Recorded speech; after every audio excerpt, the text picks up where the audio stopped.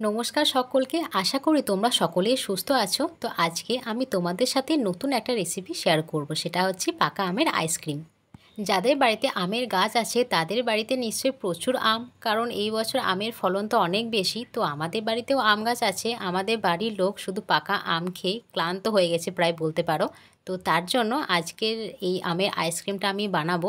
এই দুদিন যা গরম পড়েছে, আশা করি এই আইসক্রিমটা খেয়ে বাড়ির সকলেরই খুব ভালো লাগবে। তো চলো তাহলে বানানো যাক। আইসক্রিম বানাবার জন্য আমি এখানে নিয়ে নিয়েছি 3টে পাকা আম। তো আমগুলো থেকে আমি আঁটি বের করে নিয়েছি ছুরির সাহায্যে।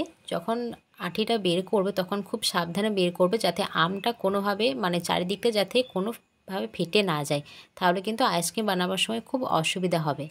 তারপরে আমি কড়াইতে দুধ বসিয়ে দিয়েছি। আমি এখানে দুধের পরিমাণটা কমই নিয়েছিলাম, কারণ যেহেতু আমার 3টে আম।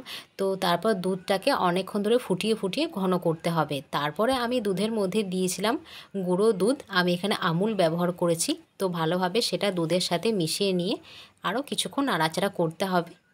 বেশ কিছুক্ষণ নাড়াচাড়া করার পরে আমি তার মধ্যে দিয়েছিলাম চিনি। তো তোমরা যেমন মিষ্টি খাবে সেরকম পরিমাণ মতো চিনি দেবে। তো তারপর চিনিটা ভালোভাবে আমি দুধের সাথে মিশিয়ে নিয়েছিলাম। এখানে আমি দিচ্ছি ফ্রেশ ক্রিম। তো এটা হচ্ছে আমুল কোম্পানির ফ্রেশ ক্রিম। এটা আমি দুধের সাথে দিয়েছিলাম, বেশ অনেকটা পরিমাণে দিয়েছিলাম, যাতে টেস্টটা বাড়ে। এটা তোমরা দিতেও পারো, না দিতেও পারো। যেহেতু গুঁড়ো দুধ দিয়েছি তো এটা দেওয়ার আর খুব একটা প্রয়োজন নেই, কিন্তু আমার কাছে ছিল বলে আমি দিয়েছিলাম, যাতে টেস্টটা একটু বাড়ে। তো সেটা দিয়ে ভালোভাবে কিছুক্ষণ নাড়াচাড়া করে দুধের সাথে ভালোভাবে মিশিয়ে নিয়েছিলাম।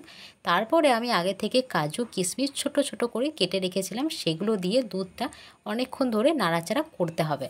তো দুধটা অনেকক্ষণ নাড়াচাড়া করার ফলে এটা কিন্তু অনেকটাই ঘন হয়ে গেছে। তো যেমনটা ভিডিওতে দেখাচ্ছে, তো এখন কিন্তু আইসক্রিমের মালাই আমাদের তৈরি হয়ে গেছে।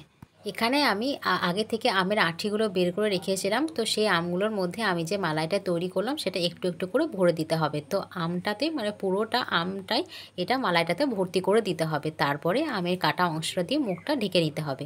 তো এটা এরকম করে আমি দুটো আমের ভেতরে মালাইটা রেখেছিলাম। আর বাকি যে মালাইটা বেঁচে গিয়েছিল সেটা আমি রেখেছিলাম একটা কাপের মধ্যে। আমি দেখতে চাইছিলাম যে আমের আইসক্রিমটা খেতে বেশি ভালো লাগে নাকি শুধু কাপেরটা। তো এটা আমি ফ্রিজে রেখে দিয়েছিলাম প্রায় 1 দিন মতো। তো এটা কিন্তু ডিপ ফ্রিজে রেখে দিতে হবে। যতক্ষণ আমটা না জমবে ফ্রিজটা কিন্তু একবারও বন্ধ করলে চলবে না, নইলে কিন্তু আমটা ভালোভাবে জমবে না। তো এই যে এখন এই দেখো আমগুলো কিন্তু খুব ভালোভাবে জমে গেছে, আর কাপের আইসক্রিমটাও জমে গিয়েছিল। তো এখন যেরকমটা ভিডিওতে দেখাচ্ছি আমের ওপরের খোসাগুলো ছাড়িয়ে নিতে হবে। আর আমটা এতটাই জমে গিয়েছিল, ডিপ ফ্রিজে যেহেতু রাখা হয়েছে অনেক ঠান্ডা হয়ে গিয়েছে, খোসাটা ছাড়াবার সময় আমার হাত পুরো জ্বলে যাচ্ছিল। তো তারপরে খোসাটা ছাড়িয়ে নেওয়ার পরে এটা ছুরি দিয়ে একটা গোল গোল শেপ করে পিস করে নিতে হবে। তো তারপর পিস পিস করে কেটে নিয়ে আমি আগে থেকে কাজু কিশমিশ আর কয়েকটা চেরি ফল টুকরো করে রেখেছিলাম, সেটা ওপর দিক থেকে ছড়িয়ে দিলাম। দেখতেও বেশ ভালো লাগছিল, তাই না?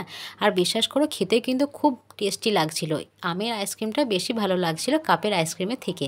তো তোমরাও এটা বাড়িতে অবশ্যই একবার ট্রাই করে দেখো। আশা করি তোমাদের সকলের খুব ভালো লাগবে।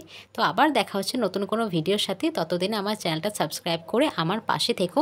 আর যদি ভিডিওটা ভালো লাগে তো একটা লাইক করে দিও। আজকের মতো বাই, সবাই সুস্থ থেকো।